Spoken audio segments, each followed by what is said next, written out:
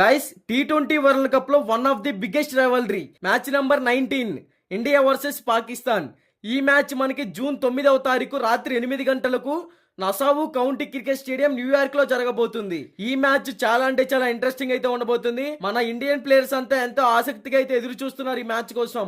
మరి ఈ మ్యాచ్ కి సంబంధించి బోత్ టీమ్స్ ప్లేయింగ్ 11 ఎలా ఉందో చూద్దాం. Team India probable playing 11: Rohit Sharma captain, Yashasvi Jaiswal, Virat Kohli, Suryakumar Yadav, Rishabh Pant wicket keeper, Hardik Pandya, Ravindra Jadeja, Kuldeep Yadav, Mohammed Siraj, Jasprit Bumrah, Yuzvendra Chahal.